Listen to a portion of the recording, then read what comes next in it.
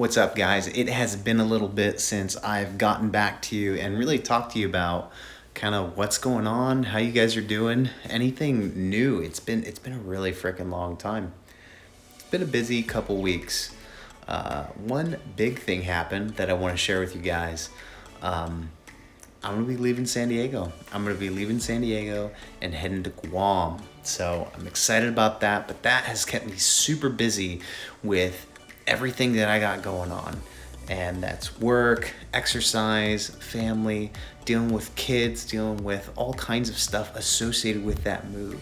So I wanted to, one, touch base with you guys and talk to you about kind of some of the struggles that maybe I'm going through with right now. Maybe you're going through with them right now. It's just, they're unique, but yet they're all the same. It kind of seems like all the time we deal with these different things in life that might seem trivial, but aren't trivial in the grand scheme of things. And I want to talk to you guys about that right now.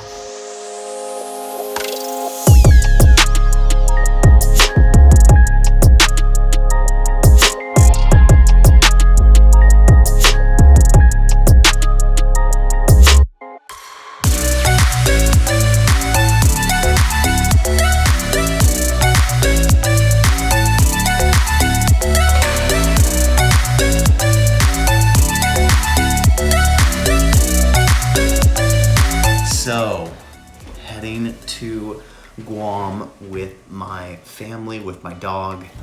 There's a ton associated with that. It's a great opportunity, but at the same time, there's a ton of other stuff going on in my life and a ton of stuff that I can really improve upon. I've been sick, as you might tell from my voice. So one thing that I talked about with my buddy the other day was the fact that there was one day that I just didn't want to go exercise. I didn't want to go work out. I didn't want to do these wind sprints. And actually a very unique thing happened to me that day. I pretty much got hit by a car trying to go run. I had every excuse to stop. And what I mean by getting hit by a car, I was running. I came to a crosswalk. I had the right of way. It was white. I slowed down because I saw this Mustang coming around the corner and he stopped, and then I went to go through and he gunned it through the intersection, and I had just enough reaction time to push off of this car. And luckily, I just kind of tweaked my hand a little bit. That was it, nothing major.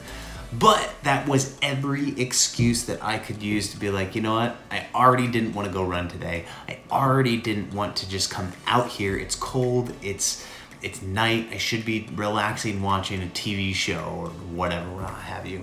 But it's those moments that you grow the most. There's something interesting in psychology, especially with the psychology of stress. So nowadays, everyone hears the word stress and they think it has a negative connotation to it, meaning stress is bad. Stress is good. Chronic stress is bad. And what do I mean by those two different things? Stress helps the body adapt and grow on certain things. So, for example, you stress your muscles when you're exercise. You stress them to the point of what they think is their limitation, and because of that, they adapt and grow for the next time. Or your endurance, let's say you're doing interval sprints, you're trying to get your VO2 max up. You're stressing that system in order for it to grow.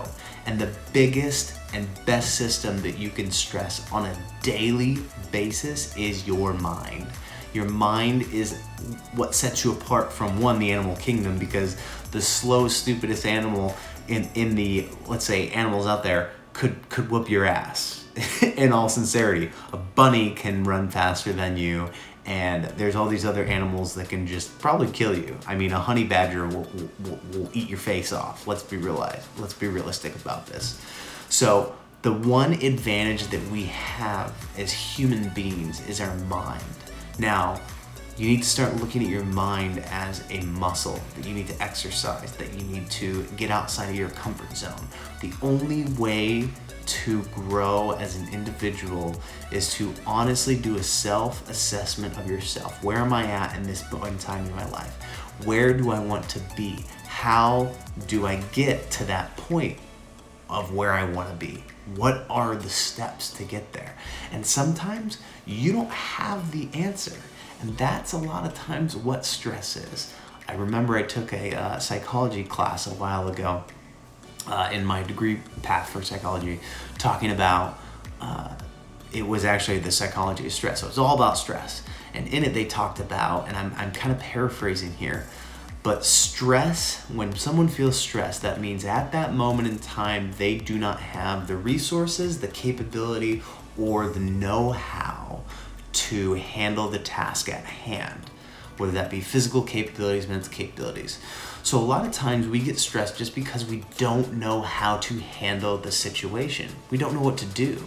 Let's say you want to join the Navy, or you want to come in the Navy, or let's say you want to run a 50 miler. I remember my 50 miler, it wasn't stressful to me.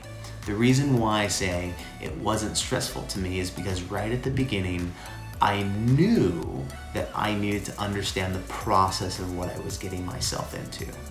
I knew that I needed to do these things and I needed to look up certain areas. So maybe you don't know it at that moment in time, and that's what's stressing you out. But acknowledging that and understanding that is what sets you apart from everyone else.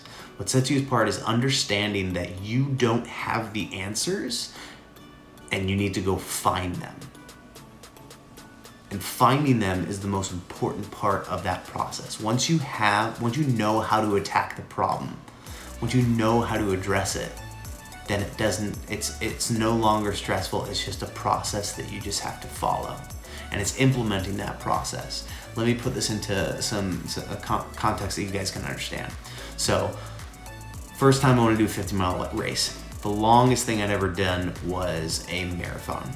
Anyone who's ever done a 50-mile race will tell you that it is vastly different from running 24 mile or the 26.2 mile marathon.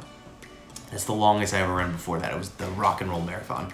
I had done some triathlons before that, way different. It hurts 4 times as much. It was miserable, even with the training. But I had prepared myself for that. How I prepared myself was every week I would run 5 days a week at a minimum. On top of that, there was one day where it was raining outside, it was crappy, I did not want to run. I had every excuse not to run in the book. It was windy as crap, it was San Diego, it never rains here, and yet I still went out there and got after it. I know I needed to improve my VO2 max, so I knew I needed to, all right, we gotta do interval sprints. I would go to this hill that was about a half mile, and I would run this thing I started at 6 repetitions, and I lowered the time in between for rest. So I'd run up this hill, and then I would jog down, sprint up this hill, jog down. I would do that at like 90% of max effort, just burning my legs. And I'll tell you what, that dropped my quarter-mile sprint time. Mind you, I'm training for a 100-mile race. That dropped my quarter-mile sprint time down to the low 50s. Okay, so on top of that, there was other things that I needed to prepare for mentally. I needed to understand that I was going to be out there by myself, and with nothing to entertain me. You're alone in your own head. And being alone in your own head sometimes for people can be very unnerving. First time they've ever been there or witnessed something like that, or been a part of that, where they're just in their own thoughts, especially in a time of extreme pain. So how I offset that, one was meditation. I meditated regularly. On top of that, I knew it was going to be hot. The actual race that I did was the Leona Divide, and that covered 16,000 feet of elevation change within 50 miles. So it wasn't just running 50 miles, it was 16,000 feet of elevation change.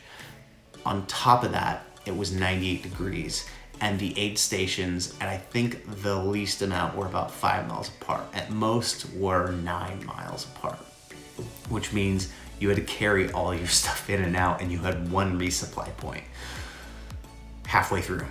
So all that put into place, you really had to plan this out. So I knew the heat was going to be an issue. So what did I do? I made sure that I had I trained my renal system. I would go run at the end of my training cycle, so the last like 3 or 4 weeks. What I would do is I would do a decent run. Near the latter end of the run, I wouldn't hydrate as much, and then I would go jump in the sauna for about 20 minutes. And then after I got out of the sauna, I would drink water very sparingly and kind of stressing the renal system so that when it came time to actually be in this hot weather, that factor wouldn't, again, be overly stressful to my body when I needed the capabilities of my legs, my muscles, and all that stuff, and it didn't pull from that area and use it elsewhere.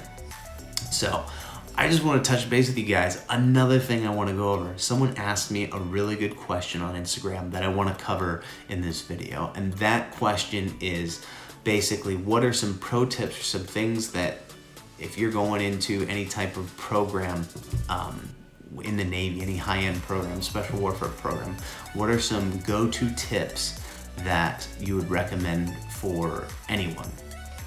And I'm paraphrasing that too.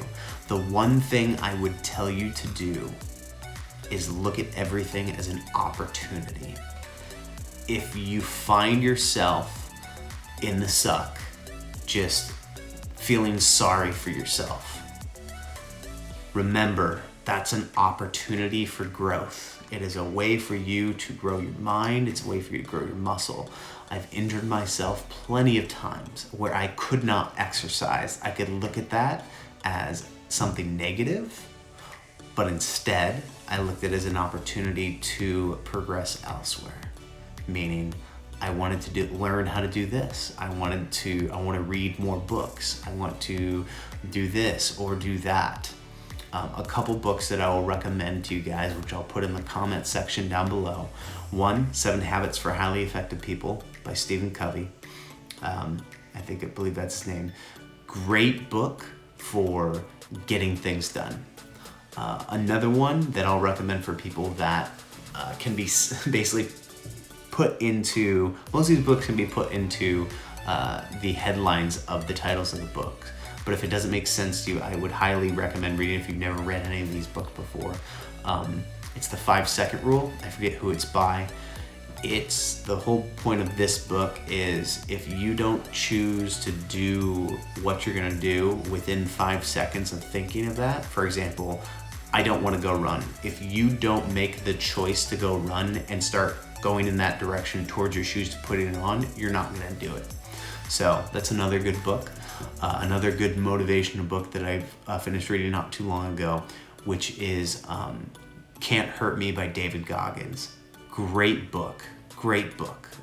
Just overall motivation. A lot of the SEAL books out there get a lot of bad rap. David Goggins is a little extreme in the way he applies it, but that's him. His theory and the way that he approaches it and the way that he applies it in general is great. It's great for anyone that wants to be motivated from someone that's gone from zero in a sense to hero. Going from some guy that was drinking milkshakes fat as no other to being part of the US Navy SEALs. And another one that is a good book for overall if you feel worthless and you don't think that you can amount to anything. And we've all felt that way in our life. If you have never felt that way, you're a liar. Or you're just narcissistic beyond no belief, which again is a whole nother point, avenue that I won't get into.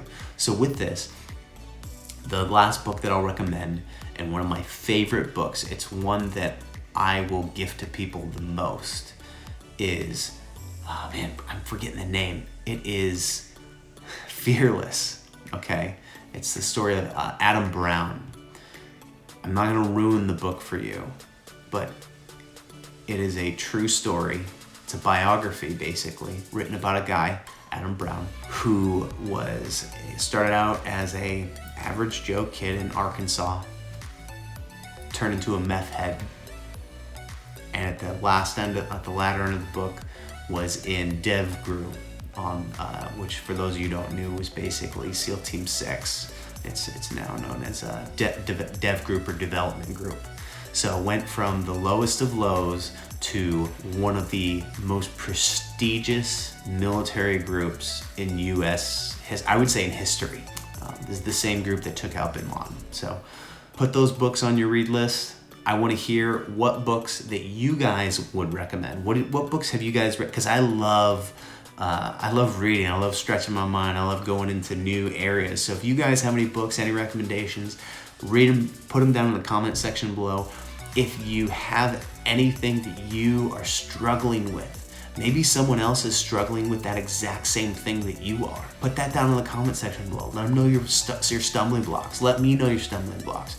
We all struggle with different things, and we're all in different places and stages in our life. And the more that we can communicate that with other people and share our struggles without feeling sorry for ourselves, that's where we grow the most. I'll check you guys next time.